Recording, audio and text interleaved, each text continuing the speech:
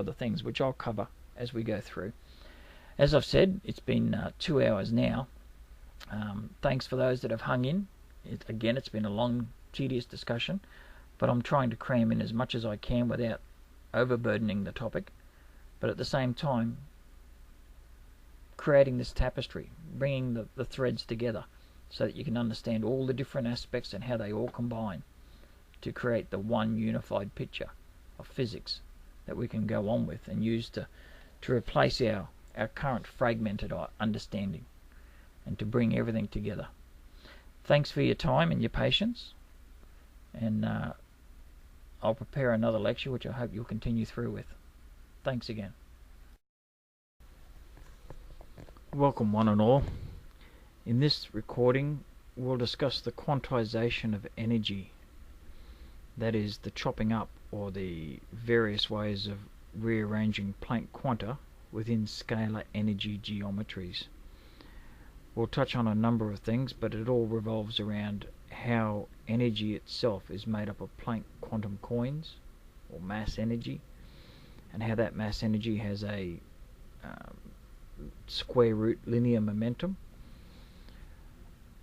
all of which interacts via the charge or the arrangement of charges, i.e. electric and magnetic fields, within those Planck coins to eventually form matter itself. First, we'll start off with the 3 laws of Tetryonics. These laws were developed over time, and they're the 3 main things akin to Newton's 3 laws of motion. These revolve around energy itself. Firstly, obviously, as we've touched on a number of times in the previous lectures, squared numbers in physics are reflections of equilateral geometries. That is to say that equilateral geometry, or omega, square meters per second, is an inherent form of energy itself. All energy comes in quantized bits, equilateral coins.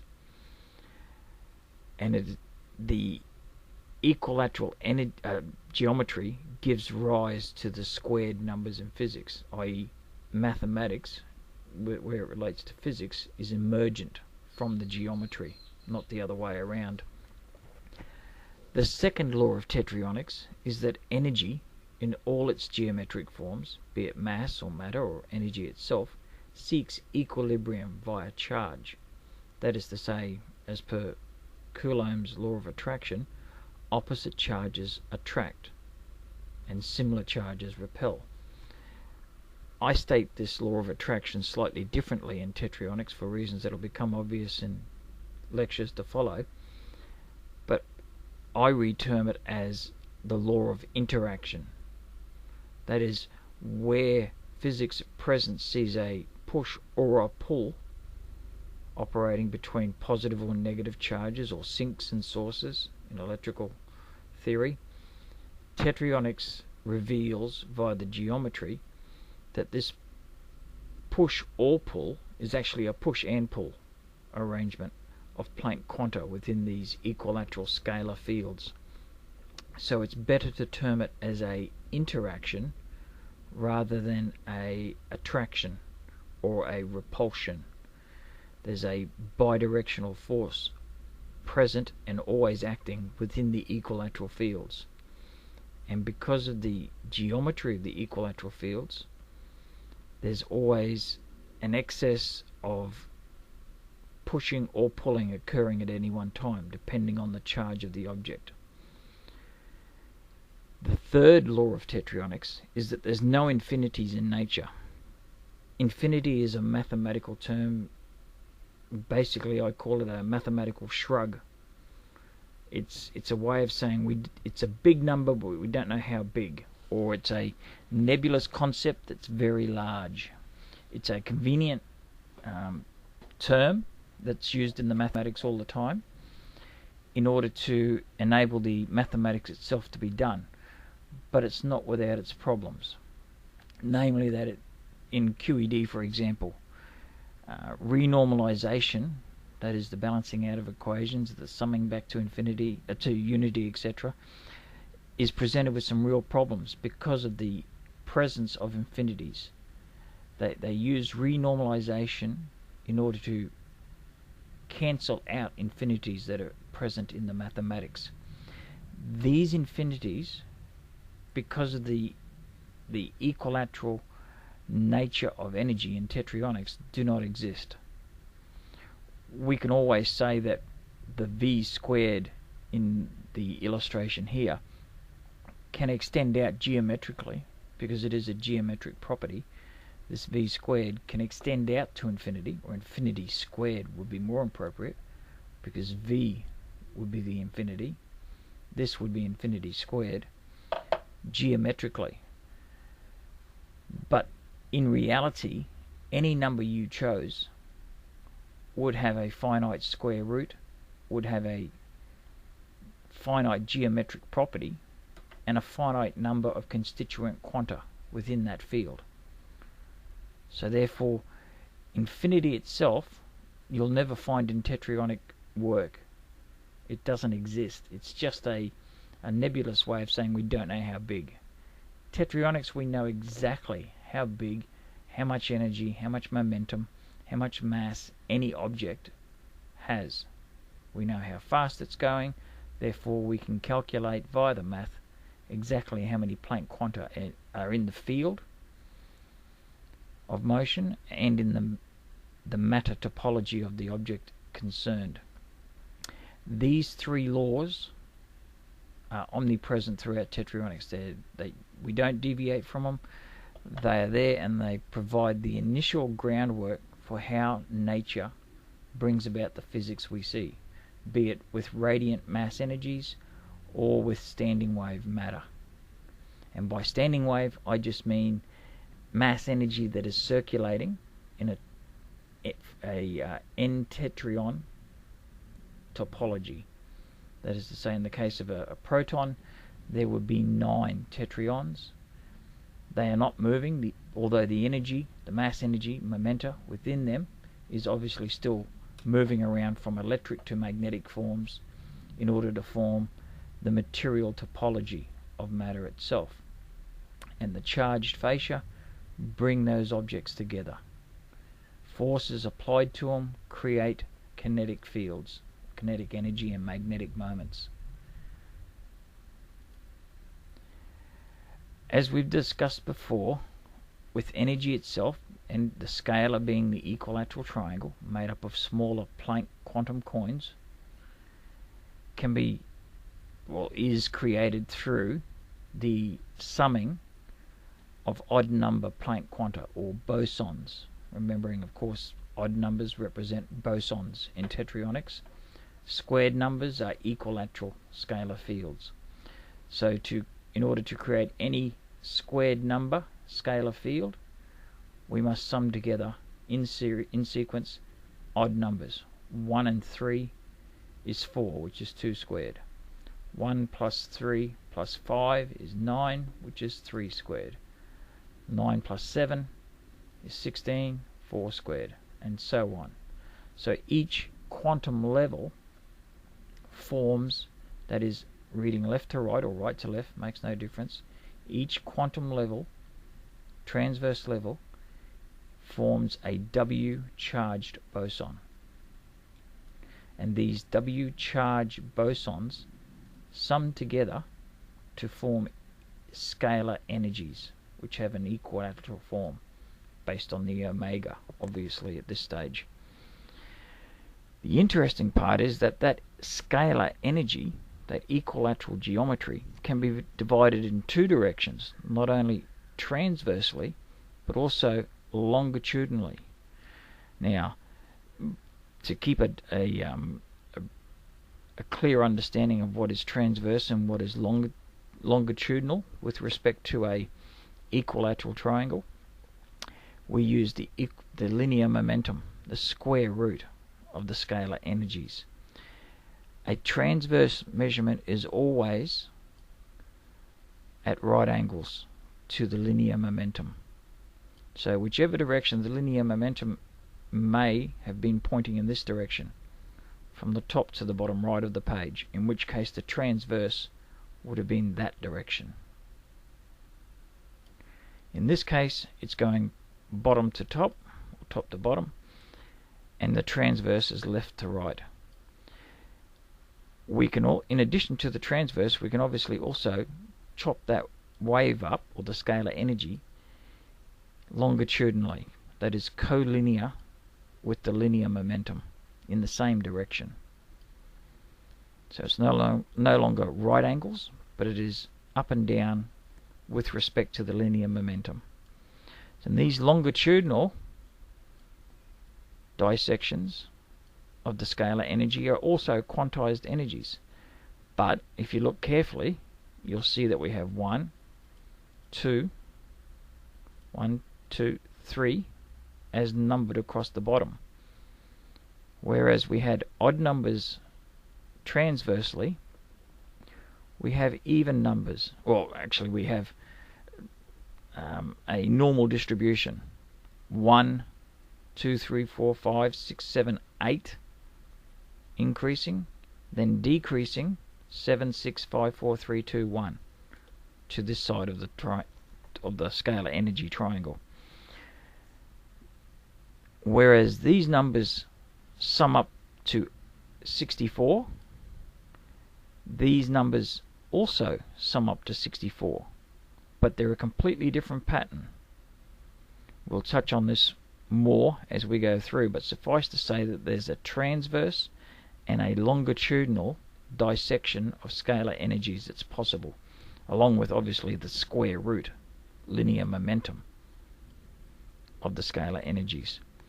So we can summarize this page simply by saying that charged bosons sum to form scalar energies, and that scalar energy is an integral of both bosons and what's soon to be revealed, photons, within the same field.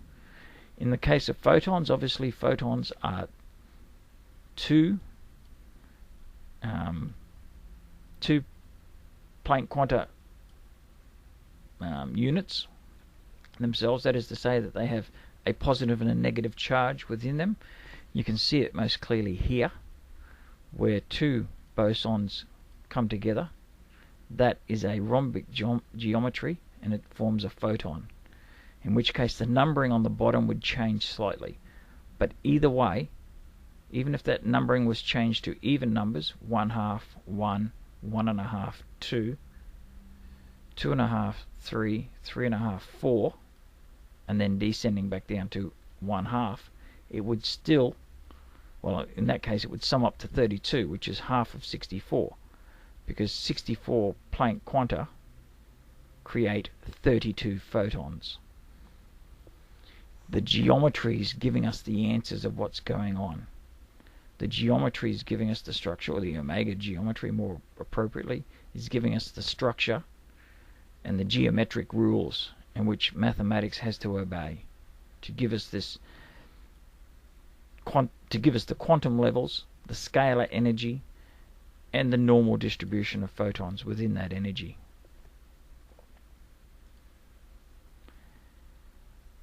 We can begin to formulate, or to change the formulation of Planck's constant to include the geometrics we spoke of the last recording. So we can say that in the case of transverse quantum levels, which are of course are odd numbers, we can formulate energy as n pi h nu, or n pi energies, sub-energies more appropriately. The scalar energies, that is the total energies, would be n pi h nu squared. A square sum, or the sum of these forming a square, or the squared sum. And here we can see the longitudinal distributions as photons this time.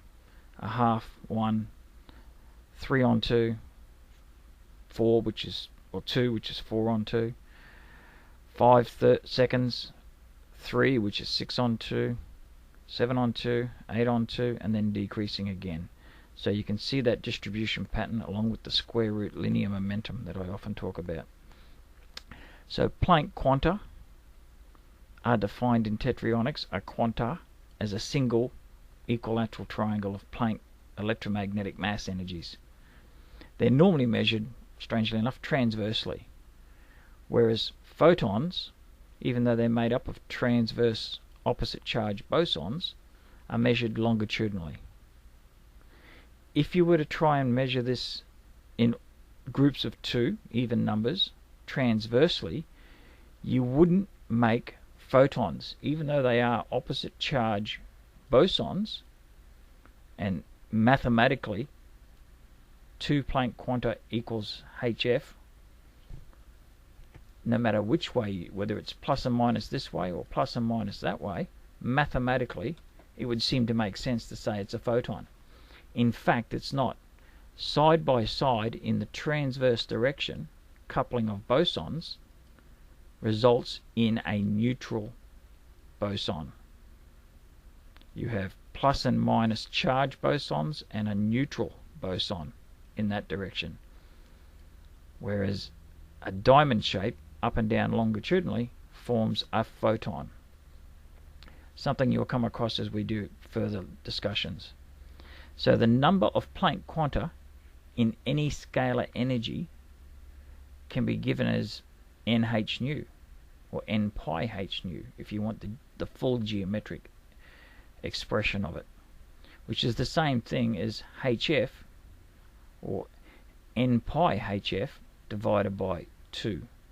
It's giving us this relationship, this geometric relationship between h nu and hf, where 2h nu equals 1 hf. It's not appropriate to say h nu equals E equals hf, which is often the case in physics texts. It may read okay, and if you're not doing the mathematics correctly, you can get away with it. But in reality, what you're saying is odds equals the energy equals the evens. Odds equals evens. And that's geometrically just not the case. So care needs to be taken throughout physics, in particular quantum mechanics, as you're building up quanta of photons, bosons, and matter itself, to use the right formulation and be clear about what you're expressing. We can expand this basic formulation to start giving us some specific geometric field equations for things like energy, mass, charge, kinetic energies, and even matter. So whereas before there was no differentiation between 3D matter and 2D mass, only the equivalence of mass to energy in Einstein's equation, we can now start to see some geometric differences emerging and being stated in the formulation. Don't let these formulas scare you off or anything. I ended up putting them in so that the mathematicians could start to wrap their head around what I was presenting geometrically. And to some extent it hasn't worked, in some extent it has. All we're saying here, and I'll talk you through the first one so you can begin to just break these back down into their basics. What we have here is mass omega, which we now know to be Planck's constant. The squared number, v squared, is just the quanta in the scalar field. So we have mass omega v squared, or nu squared, is just the Planck equation for scalar energy, equilateral energy. H nu squared. It's just spread out to highlight the omega geometry, the fact that geometry is a key part.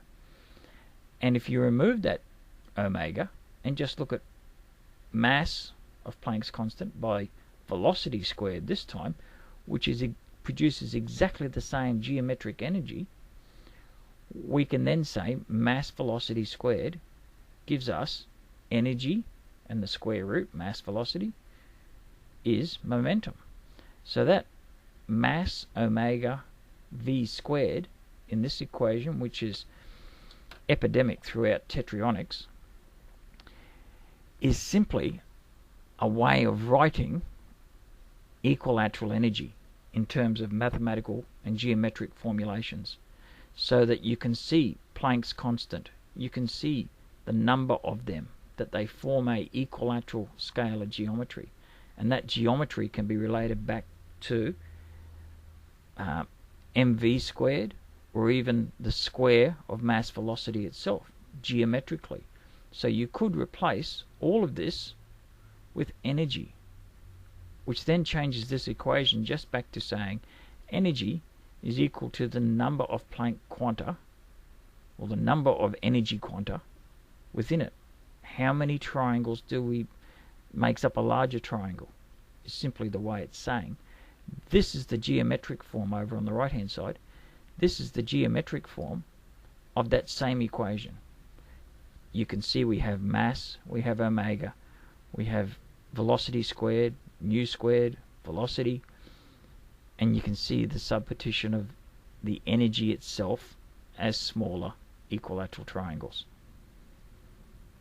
So even though this equation pops up everywhere, you need not worry too much about mass omega v squared once you understand the basics as explained in the previous recordings.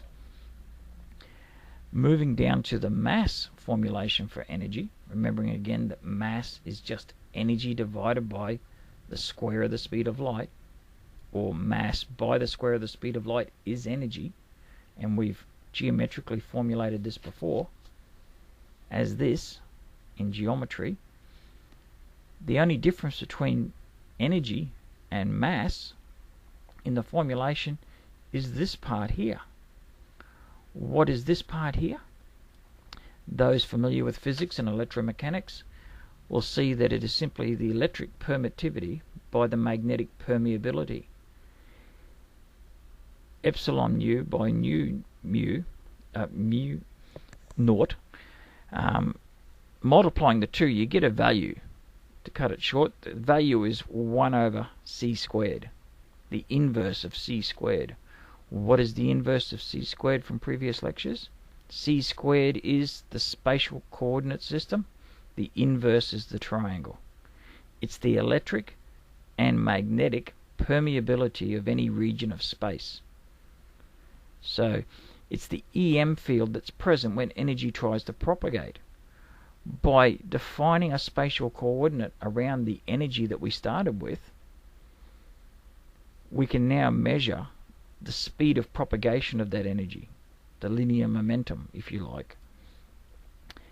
By measuring its linear momentum or its velocity of propagation, they're all related through, lo and behold, mass. So the impedance, as it's called, this part, 1 over c squared, times the energy, the impedance of the spatial region that the energy is in, is what creates the mass. It's akin and related to Higgs boson, but it's a completely different explanation to the inertial mass of an object. It's a geometric term. The omega is what's creating the inertial components. The inductive, which equals the inertial mass, is created by the geometry. The velocity of propagation, the amount of motion or the amount of mass that's measured, is determined by the impedance of the space in which it's being measured or trying to move through. So that now that we know that this is simply 1 over c squared and this is energy, you know as soon as you see this bit, we're talking mass. What is mass? It's the number, again, same thing, number of geometric quanta. N pi, how many little chunks of mass this time make up the inertial properties of that physical system. The inertial mass is obviously related to the energy. How? By the square of the speed of light, the impedance of the region. Again, you can see here we're talking masses again. Energy divided by the square of the speed of light. But in this case, we're talking about charge. What is charge? It's the odd number of Planck bosons in any region. You can determine that either by transversely cutting up the scalar energy, as we've discussed, or by counting how many Planck quanta make up that equilateral geometry, and the arrangement of the positive and negative charges within that field. You'll find each time that a scalar field of equilateral geometry is created using plus and minus charges, there will always exist an imbalance in an equilateral field. That imbalance of plus and minus charges always creates a positive or negative charge. It's that geometry that gives rise to charge at the quantum level. So the geometric arrangement of energy, Planck energies, gives us charge. And those charges are very important so far as making things move and bringing things together, etc. There's another formula which is familiar, albeit slightly changed. For initial purposes, you don't have to worry about the c squared. Most of you will recognize a half mv squared as the formula for kinetic energy. Again, rewritten here, in this case in evens, which will change the output numbers across the bottom, because we're talking photons in a longitudinal measurement in the direction of motion. You could measure it transversely. No problems there. In fact, measuring it transversely for changes in speed is what gives us colors in the universe, whereas longitudinal measurements gives us motion.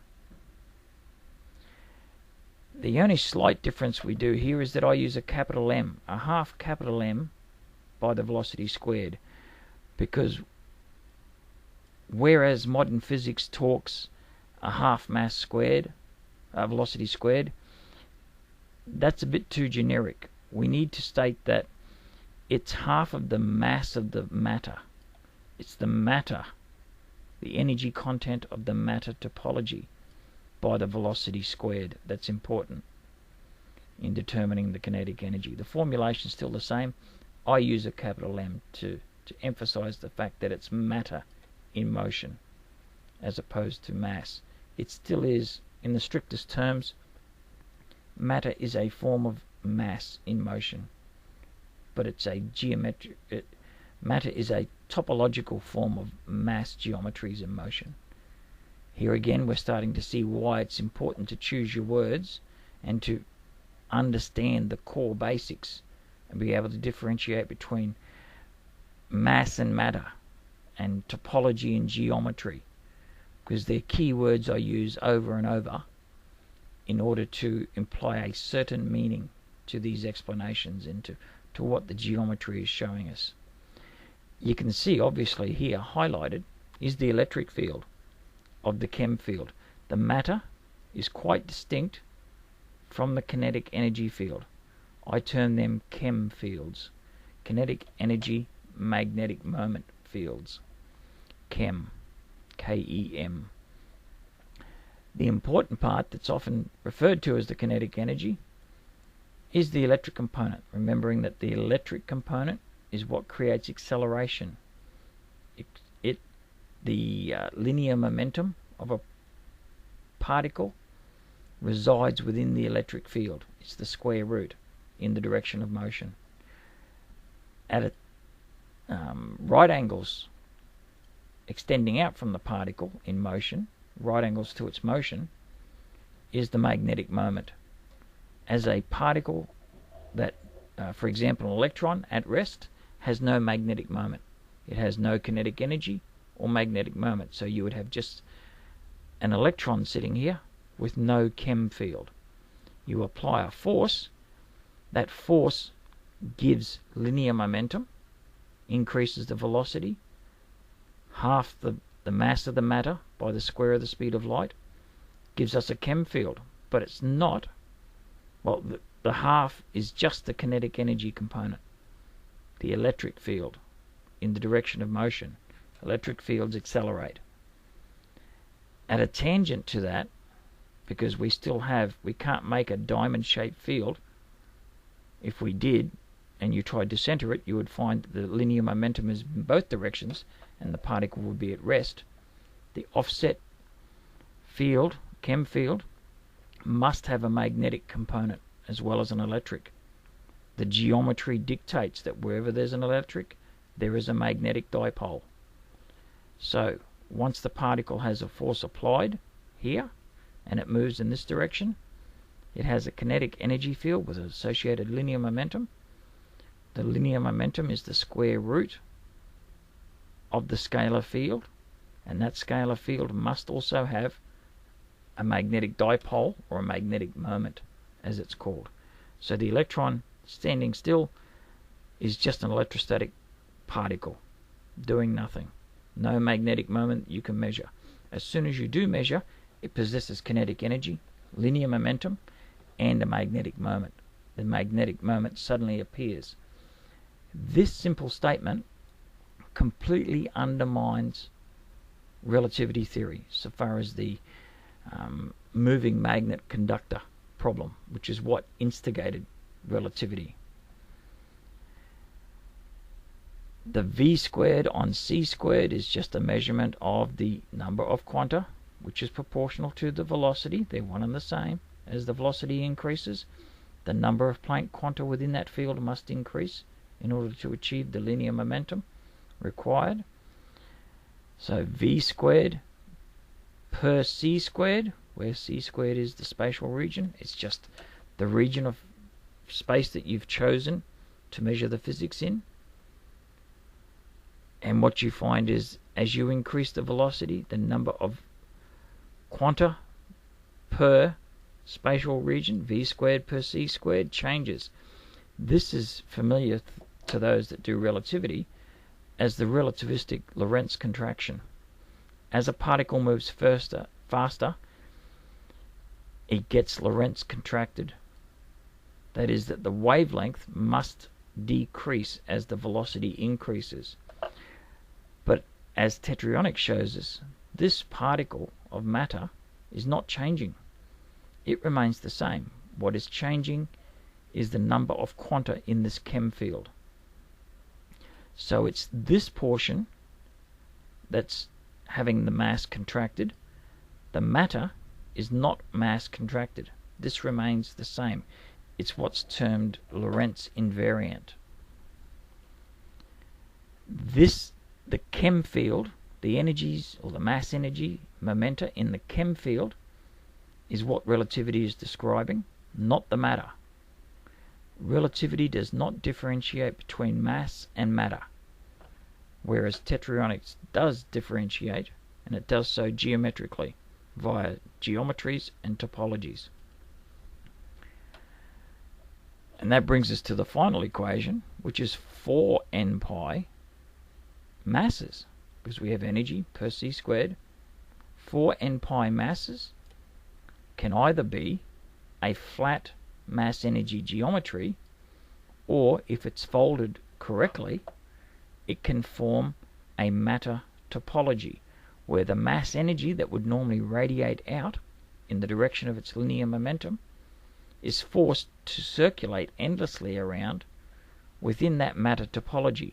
It goes from electric to magnetic energies endlessly at the speed of light, around and around, just like imagining a Mobius loop, sort of.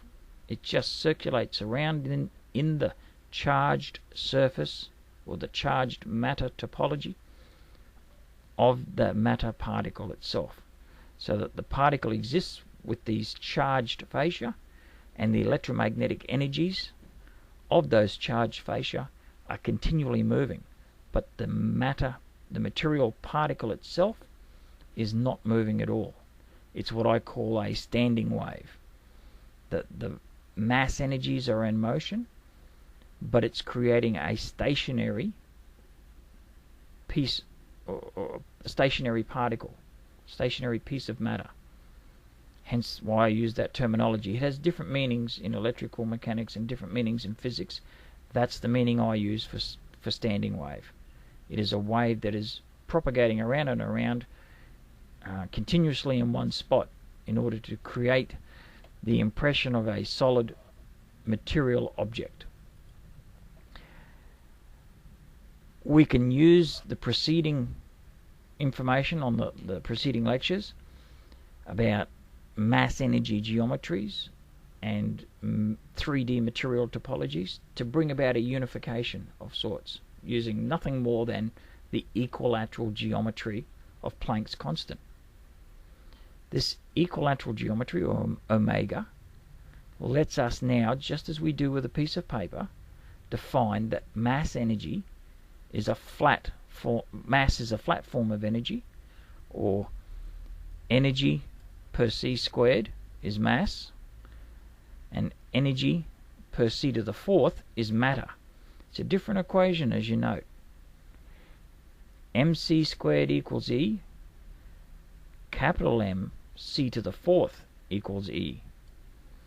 But they remain related through the square of the speed of the light. And this is where confusion starts to come about. Newton defined energy, which is in the center here. Well, actually, Leibniz defined energy as mv squared. Newton preferred to deal with force and acceleration, linear momentum. So ma, which is a measure of force, mass acceleration, F equals ma, is also equivalent to mass by the change of linear momentum over time. Acceleration is just velocity, changes in velocity over time. Mass velocity is momentum. So momentum by the velocity, which is the square root by v, mv by v, gives us v squared. You can start to see how geometrically we can combine, or we can express, scalar energy, which has no time component, it's instantaneous, with timed measurements, energy per light second, to give us inertial mass, which in turn gives us linear momentum, and accelerational forces. All of them can be measured using that simple change of measuring energy per unit of time. And equally, once we geometrically understand what mass and energy is, we can suddenly start to begin to define matter in an entirely new way. Matter is no longer something you can say mass or matter equivalently in the same sentence, as is often done. Grab up a physics text and watch how many times they swap the word mass for matter. It is true that mass is made up of mass energy, but mass is not made up of matter. It's a unidirectional relationship. Energy can make mass, or energy is mass per unit of time. Mass energies make matter, but energy matter is only related to mass and energy through the square of the speed of light. Take your time looking over this one illustration. It's a summary illustration that I use. It brings together mass, energy, matter, or MEM, as you'll see commonly expressed in Tetryonics. It's a differentiation between what makes up the universe and how we measure it as either immaterial masses or material matter.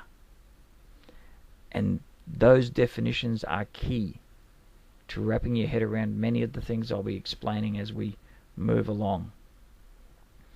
We can obviously, having explained mass.OMEGA v squared, or nu squared, we can obviously begin to look at the various relationships that the geometrics gives us, namely that scalar energy, mass.OMEGA velocity squared, or h nu squared, is just a measurement of the mass and the omega, kilograms square meters per second.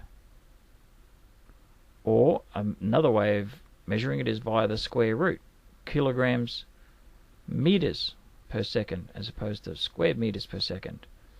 Kilograms meters per second is linear momentum, again collinear with the electric field, more easily seen in this illustration on the left. Mass velocity is linear momentum, kilograms meters per second, whereas mass, or kilograms square meters per second, is Planck's constant. The chopping up, this is a scalar measurement of inertial mass. This is a quantized measurement of mass within energy.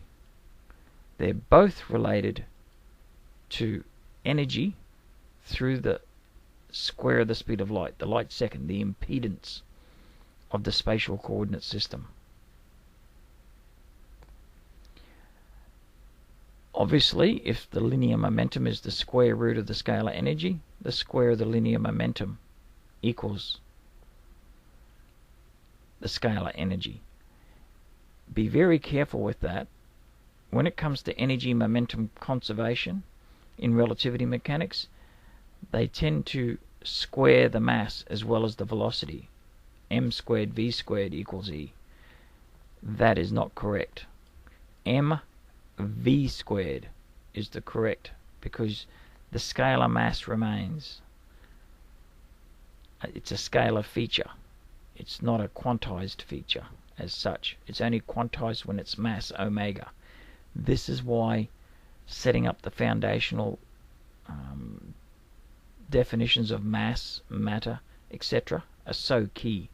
Many people read Tetryonics and apply their own understanding or interpretation of what mass is, or omega, to the illustrations, and come up with all sorts of erroneous ideas and statements. Always better to check back. When in doubt, send me a message and I'll answer it as soon as possible. The mathematical relationship between scalar, equilateral, mass energy, mass being just an impedance measurement of the energy, and the linear momentum and quantized angular momentum, the equilateralness of the scalar energy, is a result of that equilateral geometry. In other words, omega is what brings everything together. Omega lets you swap mass for Planck's constant, or turns it into Planck's constant. It lets you relate, via its geometry, linear momentum to scalar energy. It lets you formulate the equation for energy in terms that can be read either as a quantum version or a classical version. So either way can be used. And it lets you chop up the energy into smaller pieces, whereas mass velocity does not. It's a scalar measurement. So you're stuck with one version. This quantized version has been understood for almost a century, over a century now, but it's never been understood geometrically, only mathematically. And that's where Tetryonics steps aside and starts to change things in a radical way. We can continue to expand this relationship for mass, energy, momenta via the classical Leibniz-Newton understanding, or the quantized quantum theory understanding of Planck-Einstein. We can see that the scalar energy, again, per c squared, E divided by c squared, gives us mass, the square root linear momentum, and we can go on, but we see where it separates is through omega in Tetryonics. That is to say that whereas Newton and Leibniz focused on scalar energies and linear momentum, linear momentum squared, mv squared versus mv, and Planck and Einstein looked at h nu, or more correctly h nu squared in Tetryonics, versus hf, the longitudinal, and chopped it up in one of two directions. Tetryonics through omega now gives us the relationship, the geometric relationship that brings all of these different equations together. Brings together mv squared, or mv squared. E brings together h nu squared, h nu, nh nu, hf on 2. All these equations can now be shown and derived geometrically. You can also see, if you go through and do the unit analysis of the symbology here in the geometrics, you can see mass, velocity squared, v meters per second squared, and you can see that Planck's constant is kilograms square meters per second to give us energy. They are all interrelated geometrically. what holds them together or allows them to be geometrically interrelated is omega, square meters per second, quantized angular momentum, as opposed to linear momentum. They're different things. And that quantized angular momentum is not spin. So we've now shown and can illustrate that mass omega is Planck's constant. It's a geometric form, and even though it's expanded from the shortcut h, it is a more proper expression of what is really happening because it includes the geometry. It takes us from a scalar understanding of energy with scalar energy transverse and longitudinal masses, which was an old form, longitudinal and transverse masses, depending on how you measured the energies or the particles in motion, amperes versus kinetic energy, etc., or Newton's force, F equals ma. These are all classical mechanics scalar measurements of energy momenta, mass energy, inertial mass energy momenta, more correctly, mv squared. The omega takes us or brings us to mass omega equals h, brings us to h nu squared. Of course, we know that Planck would have expressed this as nh nu, but more correctly, because of the geometry, we know that it is nu squared. So h nu squared equals energy. Again, energy per c squared is mass. mv squared on c squared gives us the scalar measurement. It's the same thing, or it's equivalent to h nu squared per c squared. The difference between the two, again, being omega. It's the geometry that's key here. And the geometry tells us, or shows us, that transverse measurements of masses, or measurements of transverse mass in classical mechanics, is in fact the measurement of W bosons, charges. And the linear momentum, that the measurement of force, linear momentum, etc., kinetic energy, is in fact the measurement of longitudinal photons within the same energy field. So if you're taking a measurement of force transverse to the direction of motion, you're measuring the magnetic, amperes, etc.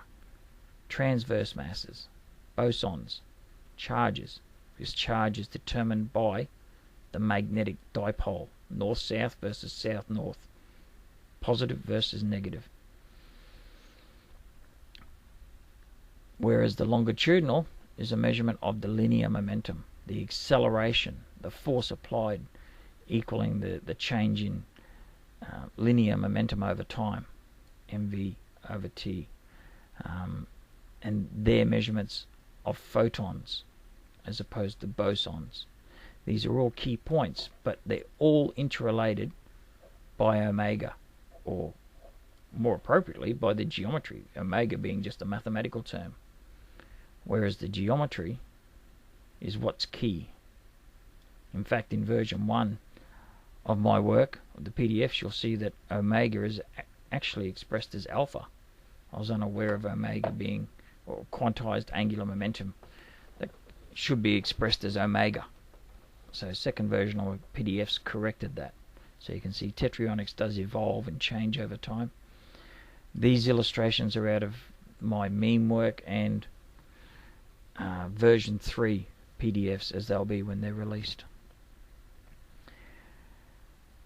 So we can now see there's a clear differentiation between 2D mass energy geometry and 3D matter topology. It's like saying the differences between a planar Euclidean field and a material platonic solid. One's a piece of paper, the other one's a physical, tangible object. There is a distinct difference. This is not covered in physics up to date. It's only Tetryonics that differentiates between mass, energy, and matter. and equates all three together via a single equation. Everyone's familiar with E equals mc squared for mass-energy equivalence, and that is entirely correct. Mass is equivalent to energy by the square of the speed of light. So mass is just a measure of energy per spatial region, however you define that spatial region. In this case, we know we define it by the speed of light, a la relativity. So we end up with c squared. When it comes to measuring matter, we can't measure matter in a planar fashion. You can only measure the mass of an object in one plane, xy. To measure the entire matter topology, you need to measure it in a c to the fourth spatial dimension, or spatial coordinate system.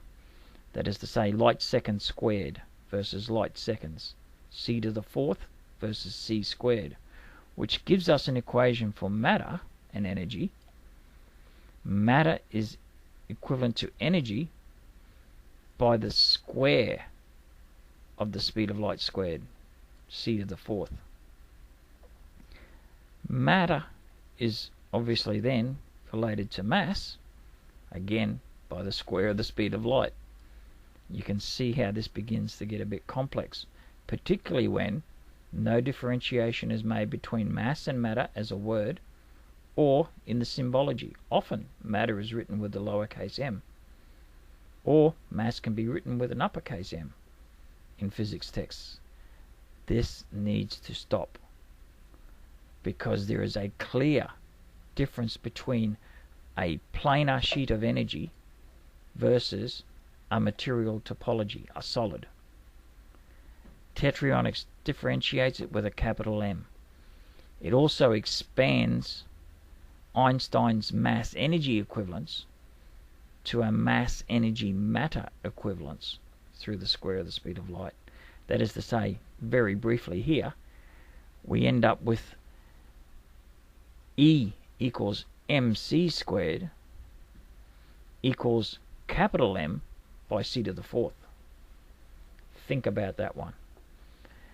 I can explain it further, and I have done online many times. Mass energy is only part of the full equation. It completely ignores matter. You can work out stress energy tensors and make the mathematics work if you ignore, well actually if you collapse matter. That is to say, if you take the mass energy content of a matter topology and flatten it. Think of a tetrahedra made up of paper, a la the Tetryonics 101 video, and instead of folding it up, you untape it and you fold that tetrahedra back down flat. What you would then have is a form like what's illustrated here. What used to be matter is now all mass, and that mass can be equated back to energy for stress energy tensors. But it's improper the way it's done at present, because relativity mechanics and physics in general fails to differentiate between mass and matter in any meaningful way, and particularly does not do so in a geometric way. A classic example of that is with particles in motion. The matter topology is what's in motion, the particle itself, and when it's in motion it has a secondary extended kinetic energy field consisting of electric and magnetic components. That is to say that the chem field is made up of mass energies, whereas the particle itself is a material topology made up of mass energy. You can equate the two to each other providing you have the right geometry. Relativity mechanics just treats everything as energy. Not incorrect, but it does not give you the insight to develop a picture like Tetryonics. You can view the equations of stress energies, which we'll do shortly, and it gives you no hint geometrically of what's happening. Tetryonics, building up with quantum coins, gives you a very clear picture of what the matter topology of a particle is, and what the kinetic fields are, what the magnetic moment is, how that energy is divided, where the linear momentum comes from, and how it's all related. It's all a geometric property of Planck's constant, omega. You can see here again highlighted that the secondary chem field of the particle in motion has an electric component and a magnetic component. Half of the chem field, half mv squared, is the kinetic energy. That's the energy of motion, the acceleration component in the direction of velocity. So whichever direction it's moving, the linear momentum, the square root of the scalar energy, is in the direction that the particle's moving. Right angles to what the left-hand side is. But in addition to that kinetic energy is a magnetic moment, a dipole, a north and a south, always. You do not find magnetic monopoles in nature. They do not exist. It is always a dipole, again, because of the geometrics of energy itself. It can be no other way. That magnetic moment, when you look at the geometry, it is quite clear to see that even though it's a different arrangement of 1 plus 1 giving us 2 pi, that's a different arrangement of the 2 pi of the photon giving us the kinetic energy, it is still a half mv squared. So a particle in motion has a secondary chem field, half of which is kinetic energy and the other half of which is magnetic energies. Some might say we don't notice the magnetics as much as the kinetics, and there's a reason for that. This is longitudinal energy. This is energy of acceleration. It's the apex of the direction. It applies the force. This is transverse, tangential, sidereal to the direction of motion. This is normally measured via obviously via the magnetics and via Ampere's law. The magnetic field strength is different to the electric field strength in this respect. So even though they share the energies, they produce differing results, measured results. This is a chem field. It's equilateral and points in the direction of motion. You cannot put two chem fields together to create motion. Why is that? Because, as I mentioned before, two chem fields in back-to-back create linear momentum, or possess linear momentum, in opposite directions. The two opposite direction linear momentums cancel out. What does happen is the magnetic moments combine, and you end up with an EM wave. But the EM wave acts on the particle at the center to hold it stationary. So where the forces are applied equally, it's a stationary particle. A stationary particle might also be truly stationary, in which case it would not have a dual chem field. But in the case of applied motions that don't result in motion, it's because the energies are distributed equally in all directions from the particle. And of course, two masses, because these are mass energy fields themselves, two of them together are the definition of a photon, or the energy, photonic energy of a wave. This is where you're starting to get a real sense of the difference between mass energy, the planar mass energy, and the material topologies, which contain mass energies in a standing wave, circulating round and round. This is starting to bring a lot of things back together, I hope, for most people. We can, of course, apply geometrics to this, and we can express a chem field as a pi geometry made up of 2 pi electric fields, 2 pi magnetic. We can quantize it via omega, which is the quantized angular momentum, or we can divide it, square root it, by the linear momentum, mv versus mv squared, All the equations are here as we're talking. But it's not the equations that give us understanding and insight.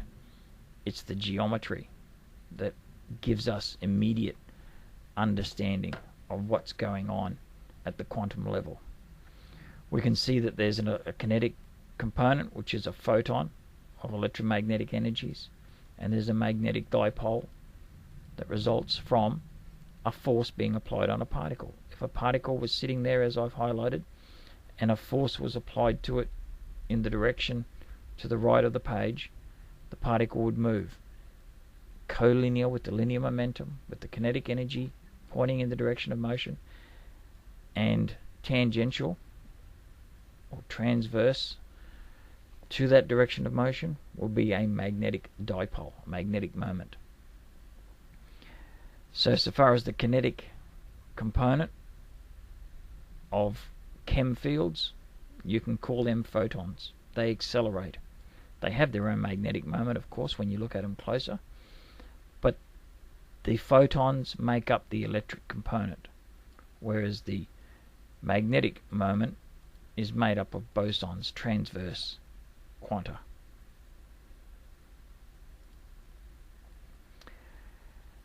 What relativity does, as I've mentioned, is express everything as an energy density. The energy density, or rho per c squared, rho per light second, is a measurement of the mass. E equals mc squared, or E divided by c squared. Sorry, m divided by c squared equals E, this equation here. They also, inappropriately, as you'll note here, mention rest mass. Mass itself is never at rest. Mass is always propagating at a velocity, E equals mv squared. So it's mass is a measure of, or energy is a measure of mass at a certain velocity, normally c squared in most cases. In the case of light, in the case of the mass energy within matter, it's moving at the speed of light, E equals mc squared.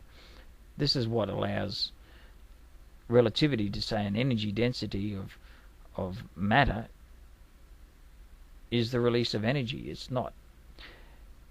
Matter divided by c squared is the release of mass. You have to divide it again to get the release of energy.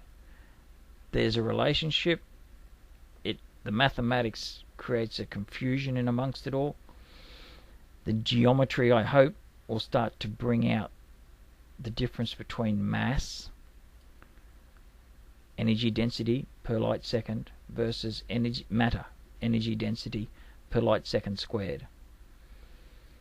I always write mass as lowercase kilograms and matter as uppercase kilograms, in line with lowercase m for mass and uppercase M for matter, just to help differentiate wherever you see them. I also color coordinate the two: green for matter, blue for masses. Occasionally you'll see red or black masses depending on the charges, whatever point I'm trying to make. But the major point here is that 2D mass, planar mass energies, must be differentiated from 3D physics, matter in physics. We must make a clear, distinctive differentiation between the two and adhere to that differentiation. Because matter is a poorly defined physical concept in modern science, and although all types of agreed upon matter exhibit properties of inertial mass, that is to say, mass makes up matter, it is also the case that many forms of mass energy also possess no material topology. That is to say, you cannot make a mass energy out of matter, or you cannot make mass energy using matter as its constituent components. You can convert matter into mass or energy, but you can't make mass or energy out of matter. Even with Tetryonics, it can be tricky. Easy to explain geometrically, harder to explain using words or mathematics, because the words and the mathematics let you down. Whereas sitting in front of somebody with a piece of paper, very easy to get these concepts across. The other upshot of this is that even though we have mass-energy equivalence, and now we have mass-energy-matter relationships, the term massless, as it exists in modern science to talk about particles, or there you go, to talk about fields or quanta such as photons, is incorrect. The term should be matterless, because a photon of light still has energy. It's a measure of, still has mass, it has a measure of energy per light second. So you define the spatial region using the velocity of light, mapping it out. You then measure how fast that field of energy propagated out to determine the mass. You cannot possibly have a particle of energy momenta, which we know is inherent in the geometry. We have a scalar energy and a linear momentum. A photon is two of these, so it propagates. There's two triangles. It points in two directions at once, propagates both directions at once. But either way, you cannot have, with energy and momenta being inherent and mass being a measure and related to linear momentum, mv squared equals E, you cannot have or say that a photon is a massless particle just because you wish to explain away the fact that a photon does not have an infinite amount of energy to move at the speed of light. And this is why it's normally done. Any photon has a specific mass or amount of energy per light second. It is not a massless particle. It is a matterless particle. And it's not even a particle. Because remember, under our strict definitions, a particle is only a piece of matter. Planar mass energies are geometries, not topologies. They're flat. They have no 3D component. Therefore, the term massless particle is a complete and utter misnomer. There is no way you can have a particle that is not made of mass or energy. So therefore, any particle must by definition have mass and energy and momenta, even if it's angular or contained within its topology. And as all particles and fields are made up of energy, there is no such thing as massless. The moment you have energy of any form, and remembering that Planck quanta, the quantum bits of energy, the things that make everything up, bar space itself, everything is made of energy. Once you have them, in order to make anything, be it mass, energy, or matter, or momentum, any force, any material object, any field of influence, once you have energy in a region, you have an equivalent measure of mass. Massless is completely wrong in physics. The only thing that is completely and utterly massless is empty space. And I'm not talking the vacuum of space, I'm talking empty space within the inside of a material object, with inside matter, inside tetryons. You'll see that I term them specifically null spaces. Within the material topology of a tetryon, there exists no energy. It is completely devoid of energy. The inside of a material tetryon is massless. The faces of that same tetryon contain mass energies. The mass energies in the faces are what gives it weight in a gravitational field. These are all very, very careful things to pay attention to. Newton's equation then obviously remains the same, F equals lowercase ma. But his equation for gravitation changes. The formulation remains the same, but we always use capital M to represent the masses or the material objects that are gravitating. Bearing in mind that material objects are matter topologies made up of mass geometries. The reason why we do this is that you'll see that down the track, when we liken Newton's force equation for gravity, G m1 m2 over r squared, to Coulomb's equation, G q1 q2 over r squared, we're getting a hint in the geometrics of what's going on. One is a measure of mass energy of fields. Coulomb's equation relates to the mass energy of two extended chem fields between an object to create a field of interaction that we can't sense or touch except for the effect it has on the motion of other particles. It's an immaterial field. Immaterial. There is no solid object in the field. Matter does not make mass, but it is a field comprised of immaterial mass energies. Spiritual, if you like, or any other term that you want to apply to it. Coulomb's equation relates to mass energies. Newton's equation for gravity, and that's the first one, Coulomb's, is charge interaction. Newton's equation for gravitational attraction between material objects relates to matter and should always have a capital M. So this is an important point, because this is where I really labored on differentiating mass from matter from energy, and how they all relate. Everything is comprised of energy, with its longitudinal linear momentum, its scalar energies, its equilateral quantized geometries. They're all related via the geometry. And all that, even though they can equate to each other in a spatial region, is again all related to matter through the geometry.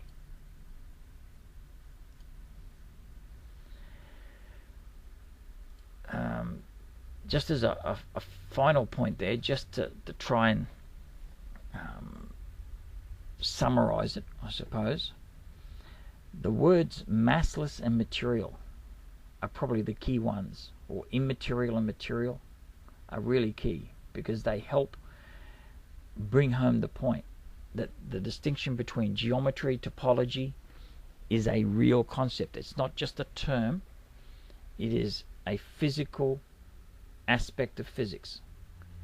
It is important to differentiate mass from matter, and it's key. If you don't do it, you will struggle. You must need to wrap your heads around what I'm saying here. So to compare 2D electromagnetic mass energy, because you can still use that word, they're both planar, they're both two-dimensional, they're both immaterial. The only difference between the two is that mass, inertial mass, is a measure of the energy per light second, whereas energy, this is the left-hand side, is energy per light second. That's mass. E equals mc, or E equals mc squared, or m equals E divided by c squared. Whereas energy itself has no spatial component, no time component. It is immaterial. It simply exists and is capable of exerting a force. Is differentiated in Tetryonics from matter by the square of the speed of light. E equals mc squared, or lowercase mc squared. E equals uppercase mc to the fourth. Mass, inertial mass specifically, is a measure of the radiant 2D mass energies, 2D energies, equilateral energies, within any spatial region. You can still measure mass in c to the fourth spatial coordinates, because you're just taking, in that case, you're just taking a planar measurement. If you wanted to measure one side of a tetryon, you would measure its mass energy in one direction. m divided by c, m by c squared equals mass, just as capital M by c squared. This is where it gets confusing. Capital M by c squared equals mass. Lowercase m by c squared equals energy. So you can measure the mass of a material object by measuring a slice or one face of its material topology. You can measure the energy content of that mass by multiplying by the square of the speed of light, because mass is only E divided by c squared. You multiply by c squared, you get the energy content. Mass, energy are equivalent, save for the measurement in time or measurement in space, the impedance of the spatial coordinates in use. Matter and energy, and matter and mass, are related differently. Again, both cases by the square of the speed of light. One is mass is related to matter by the square of the speed of light, and energy is related to matter by the square of the speed of light squared, light second squared. In saying it, it comes across very difficult and jumbled. Geometrically, I hope it's quite clear. If not, as I keep saying, feel free to message me and I'll elaborate in detail as time permits and as we both have a chance to sit down and talk through things. But mass energy geometries are immaterial, they're spatial, and they are not 3D matter topologies, which are material and physical. You can touch and feel atoms. Well, not directly, but you can touch and feel the compounds and the elements that they make. And they're all comprised of tetrons at the basis level. You cannot touch and feel energies. You can experience the force applied by the energies upon yourself in electricity, but the energy field itself is, for all intents and purposes, immaterial. You don't normally feel the magnetic component in a bar magnet, but you know it's there by the force that it applies on other bar magnets. Electricity is just the storing up of electromagnetic energy so that its force can act in a certain direction and drive motors, etc., and burn your finger if you put it in the wrong spot. But that electricity also has a magnetic component, which is tangential to the wires that the electricity is moving down. So it is appropriate to call masses electromagnetic masses, or electromagnetic energy per light second is a measure of inertial mass. Where does the inertial part come from? It comes from Newton's equation. But in reality, in Tetryonics, we show that the inertial component comes from charge itself, mass seconds, inductive mass. It's the energy circulating around, the spin, the curl, the flux. It's the energy within the Planck quanta themselves, the inductive mass that goes one direction or the other to create positive or negative charge. Those charges in turn create matter topologies that have energy momenta within them. When those matter topologies have a force applied to them, they move in a direction from their normally at rest state of zero motion. They move in a direction that has energy and momenta, kinetic energy, magnetic moment, and square root linear momentum. So we can summarize, we can show, we've now shown clearly that mass omega, Planck's constant, can come in two forms, positive and negative charges based on the inductive flow of energy, or more appropriately, modeled on the inductive flow, which is a reflection of the equilateral geometry. There is no real inductive flow or curl or spin. The quantized angular momentum, the equilateral geometry, is all that exists. Equilateral magnetic moments, equilateral kinetic energies or electric fields combining to form the scalar energies, either of mass itself, inertial mass, or of motion, kinetic chem fields. We can look at the energy itself. We can divide it or slice it up transversely to measure the bosons. We find they're all odd numbers, giving us a definition of bosons. And those odd numbers sum up to give us the squared / equilateral geometries of energy itself. Or we can measure collinear with the linear momentum in a longitudinal fashion and measure the dual bosons or the photons that make up that same field, which are color-coded here. We have quantum levels, transverse quantum levels, longitudinal energy forces, energy momenta, photons. We can write and define mathematically the geometries using mass.OMEGA mu squared or mv squared by the geometries involved. N pi for planar mass energies, or n pi per light second for planar mass energy, planar masses, n pi for energies, and t pi per c squared for matter topologies.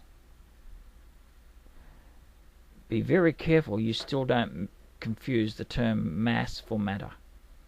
If you wanted to know the mass of the material object, you would divide this by, multiply it by c squared to get the mass, the weight. The material topology is a different measure. It's the impedance of mass in a spatial region, so to speak. I'll cover this in more depth later on. But we still end up with measurements in kilograms all the same. So the geometry of energy itself can give us a unified equation. This equation gives us all we need to know. It reflects the geometry. Omega per c squared, or the impedance of the equilateral energies, is a measure of the mass, the inertial mass.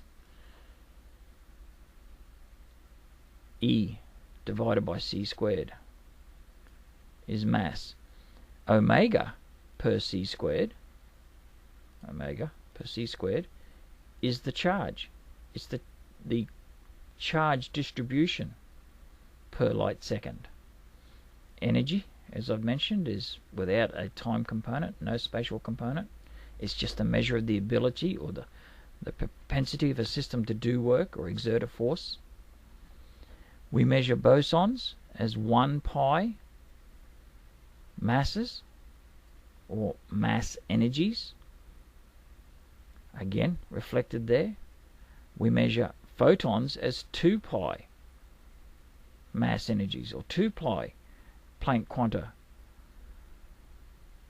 per light second. Different geometries. 1 pi or odd quanta versus even 2 pi or even quanta, distinctly different. And then we have matter, which in turn is made up of mass energy. Again, here's our energy, here's our mass. Thus, mass energy is that equation. Matter is an entirely different thing. It's the geometric topology, the 3D form of mass energy. They are distinct geometric properties. I cannot stress that enough. Energy is what everything's made up of. Mass is a measure of the energy per second or per light second. Matter is a measure of the mass energy momenta of any material object. It circulates around and around in that form. There are no spheres. Everything is made up of equilateral triangles on every scale possibly imaginable. This is how nature makes material objects, this is how nature moves them. So far as Planck's constant, the building block of nature, it is just a simple equilateral triangle of energy, where the mass is a measure of that energy per light second, or E divided by c squared. That's the inertial mass. And the inertial property of that mass is derived from the electromagnetic geometry itself, the omega, square meters per second. It's the square meters per second that is a measurement of the spatial impedance of energy. Energy, as it tries to move through any spatial region to apply a force, has to move through the vacuum of space, which is a sea of energy. As it moves through that sea of energy, that creates a measurement of inertial mass, which can apply a force. The linear momentum is the direction that the force is applied in. It's the square root of the energy. It's all there. Mass omega v squared, which is Planck's constant, mu squared, is energy. Angular momentum, the equilateral geometry, is square meters per second. The mass is a measure of that energy, that equilateral energy, per light second. And charge itself is a measure of the distribution of triangles, quantized angular momentum, per light second. When you do the math on these and know what the values are, you'll see that that equals 1/12 of the charge of the Coulomb charge. So we can see that quantized angular momentum, the basis of charge and of inertial mass, is the quantum geometry of energy itself. It's the triangles, and you can have positive and negative with the associated linear momentum. So mass, energy, momenta can be represented in this geometric form, positive and negative. And that positive and negative form can be used again and again for many things.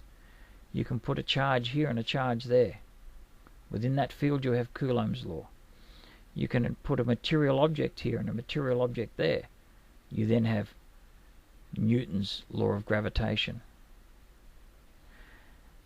And more importantly, we can see that the squared energies of physics, these transitions between squared energies in atoms, where electrons jump from one energy level to the other.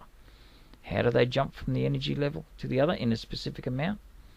Because they need a specific number of bosons to jump from one squared energy to the other. All this comes out of the equilateral geometry. So you can see why expressing mass and matter as an energy density presents some problems. It's a quick shortcut in relativity to calculating the curvature of space-time, but it doesn't show you what's actually happening. And it certainly doesn't reveal that the curvature of space-time that it talks about is really the curvature of energy. It's the energy density itself. It's, how would I explain it?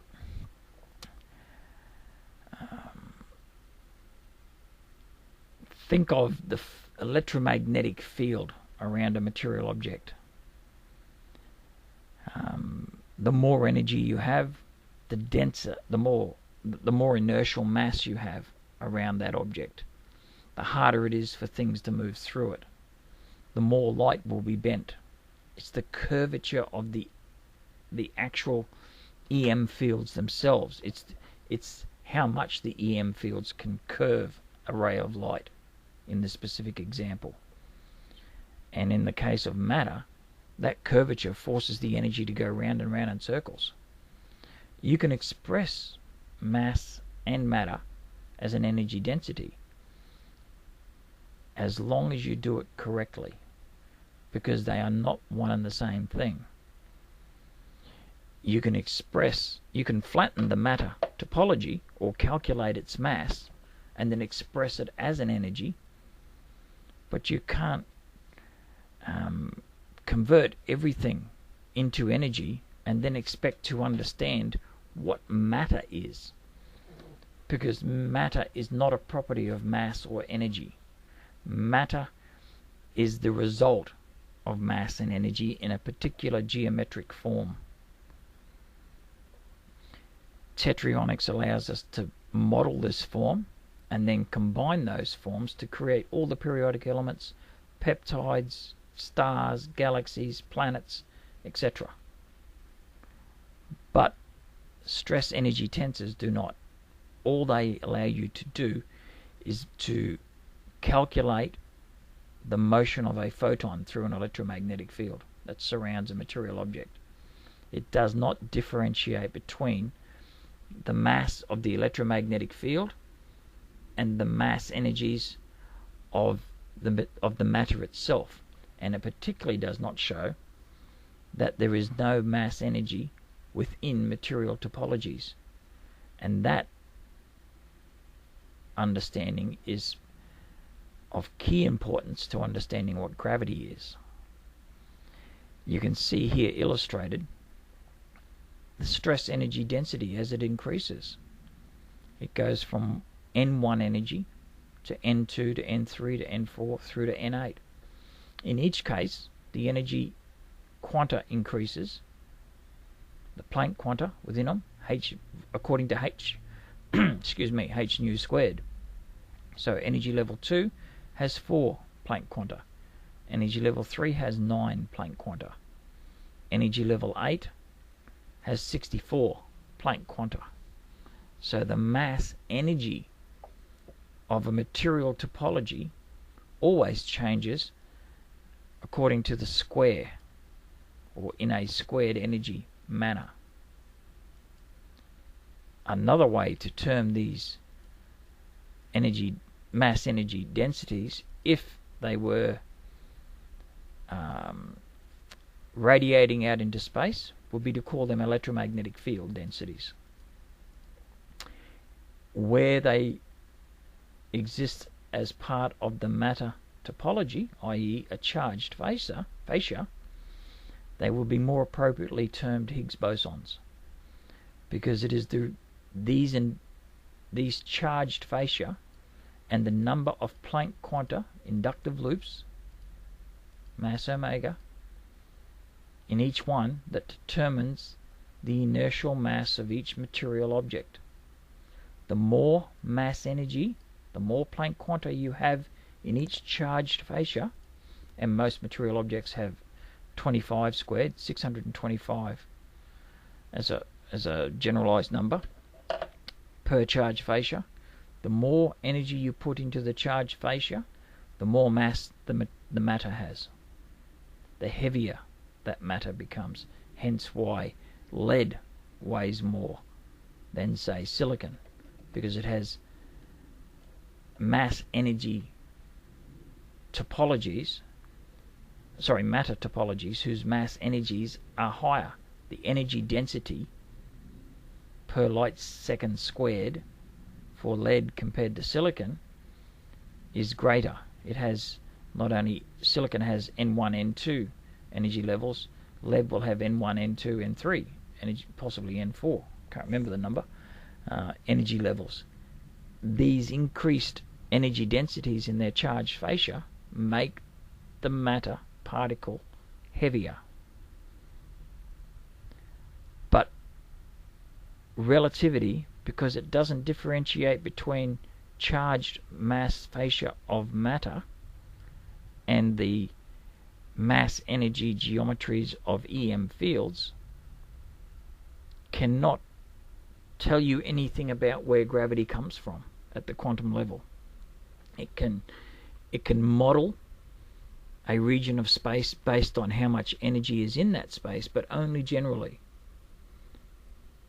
Whereas Tetryonics, using this geometry, can build the physical models from the quantum of masses upwards to make the matter to make the atoms, to make the compounds, to make the person, to make the planet that he's standing on, in order to measure the trajectory of a missile or a satellite around that planet.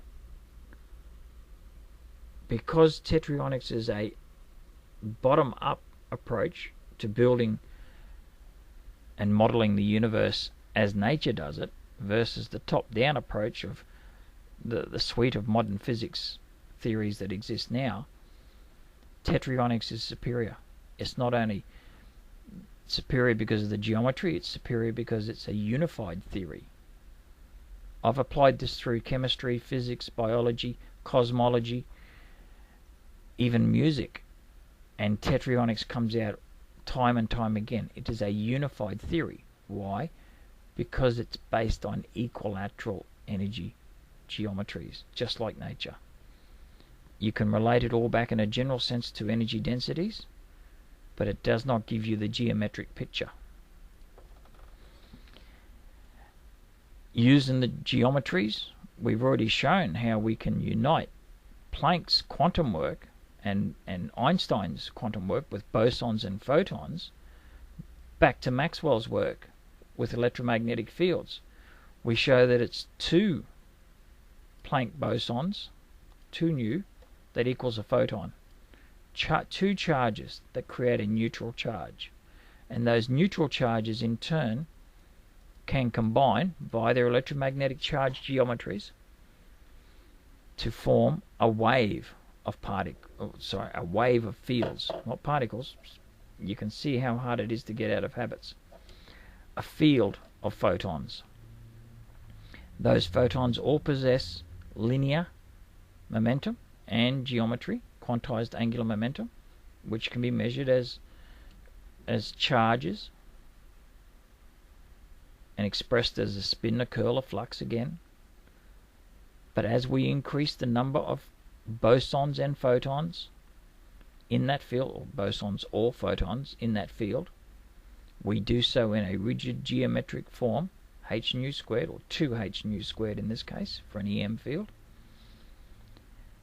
or NHF, or 2NH nu within that field, and that in turn creates a linear momentum in two directions from the source, the 0 point, to create the electromagnetic field that Maxwell described. Maxwell failed to produce a physical model on which to explain his mathematics, and he was big on doing that. He felt that wherever there was a mathematical treaty put forward to explain some aspect of nature, you should be able to build a physical model in order to explain how it works. He tried and he couldn't, but Tetryonics, with its inductive loops that counter-rotate in one direction or the other against each other, representing electromagnetic field geometries, explains the inertial mass energies of an EM wave. It completes Maxwell's work. It corrects the Planck-Einstein relationship for bosons, photons within that same electromagnetic wave, and it does the whole thing using nothing more than a single Planck coin with a positive or negative omega on either side, positive or negative charges. So the Planck's constant is the key part, and the crucial part is understanding, once you have Planck's constant, that square meters per second, the omega, positive and negative, is the equilateral geometry, and the geometry can be modeled as an inductive flux of energies, creating electromagnetism, where it's stored within that geometry. And that these two geometries are opposite sides of the same quantum coin. And using innumerable amounts of these quantum coins, we can create various forms of matter.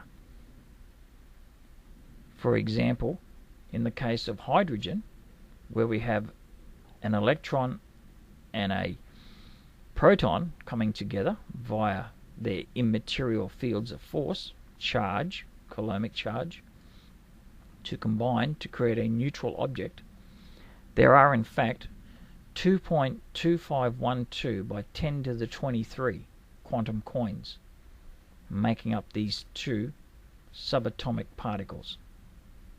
That is to say that the material topology made up of tetrons, 9 in this case, 3 here, so 12 tetrons of various charges, positive and negative, 24 positive, 24 negative, to create a neutral charge all over, despite the fact that one's a negative charge particle, the other's a positive, and they are completely different particle topologies, despite the fact they are in modern texts they are -1 and +1. They are not a bigger and smaller spherical particle. They are unique platonic solids or Tetryonic solids that come together to work in an electromechanical way. But there are 2.2512 by 10 to the 23 triangles of mass, energy, momenta that make up these material particles. We can express them using a unified field equation for mass, energy, matter. Planck's constant, now that it's been discovered it was discovered a century ago, now that we understand the geometry that underpins it, i.e. squared numbers are equilateral energies or equilateral geometries, we know that the constant part is the geometry, the angular momentum. It's not a vector spin about a point as it's sometimes described and as it's modeled electrically here. They're just modeling and mathematical expressions of the equilateral geometry. It's the geometry that gives the constant of proportionality between the electric and magnetic components and the force and the momenta and the energy, linear momentum and the energy. The geometry gives rise to all these relationships, and the measurement of them is what gives us inertial mass, etc., and matter. Planck's constant is simply the relationship between EM mass energy and quantized angular momentum. It's mass omega, and that provides the basis of understanding quantum mechanics or the quantum mechanics of nature. Mass omega is the key part, and the understanding omega to be equilateral geometry is the key component. With that, we can measure, we can express and measure electromagnetic waves as illustrated here on the left. We can divide them up into their quantum levels or their bosons, which have odd number h nu components, positive and negative charges. There's a distribution of squared energies which results from the addition of odd numbers, as spoken about in the first discussion, where we introduced equilateral numbers, etc., and how things count in Tetryonic geometry. Or we can take that very same energy of an electromagnetic wave and we can divide it longitudinally, split it up the other way, and measure the photons, where there's 1, 2, 3, 4, 5, 6, 7, 8 photons going back down to form a normal distribution. And they're in turn made up of 2, 4, 6, 8, 10, 12, 14, 16 bosons. Remembering, of course, that 2 bosons make a photon. The interesting part is that the longitudinal measurement of that wave produces this distribution. Normal distribution, 1, 2, 3, 4, 5, 6, 7, 8, 7, 6, 5, 4, 3, 2, 1. It's a bell curve. It's the same intensity, 1 photon, 2 photons, 3 photons, through to a peak, back down to 3, 2, 1 photons from the center. That distribution is the same as the interference pattern found on wave-particle experiments. You're starting to see the pattern that nature uses all the time. The photons are brought together by the electromagnetic charge of the bosons creating them. They propagate in two directions. Photons are just a measurement of the force compared to a measurement of the charge, the quantum levels of the same wave. We can combine all this information and talk of photons having the same geometry as an EM wave. They're not a spherical particle, which is how they're normally illustrated and described. In fact, they're not a particle at all. We know they're a field of mass, energy, momenta, and that momenta is both linear momenta, which is the square root of the quantized angular momentum, the geometry of the fields. Photons and EM waves have self-similar geometries because EM waves are made up of photons. We can chop them up as transverse or longitudinal energies and talk about them mathematically, but the geometry, the base geometry remains the same. We can also map out the strength, the field strength of the electric and the magnetic fields, the positive and the negative charges, the north and the south poles, over time as the photon passes a point or a measurement device. As you can see, we start here with the tip of the positive. We move through to the maximum of the positive. Then the electric field starts to wane back down, and as it wanes back down, the magnetic field is building up. The electric field comes to a point where there is no electric or magnetics, but in the singularity of the EM wave. But at the same time, we're measuring entirely a magnetic field, which then begins to decrease, and as it decreases, the negative charge component of the EM wave or photon begins increasing to a maximum. And as it decreases, the magnetic field begins to build up again, returning us back to our start point. In which case, if there was a train of photons or another EM wave, it would begin again, and this sine wave that's measured would repeat. The sinusoidal waveforms of electromagnetic waves, where the electric component is 90 degrees out of phase where the magnetic is out of 90 degrees out of phase with the electric, is a result of the geometry. It's the geometric relationship that's inherent with the energy that made it up, the quantized angular momentum of energy itself, mass energy, that forces us to measure sinusoidal waves. They're not a sine wave traveling along, as they're often illustrated in drawings, etc. They are, in fact, equilateral or rhombic geometries moving past or into a detector. Mathematics over the years has related these sine waves back into plots of motion about a unit circle, again using pi or pi radians. Tetryonics, we've now already covered, relates the pi radians directly back to equilateral geometries. It's a truncated form of a pi radian. So the forms that the sine wave maps out, which can be related back to the unit circle, can equally be related back to this rhombic geometry. So now where Maxwell drew this with an electric and magnetic orthogonal to each other and out of phase, we now have the true phase relationships. And although we measure this sine wave, what in fact we're detecting are these equilateral rhombic geometries, dual equilaterals, the photons. If you were to measure instantaneously timed sections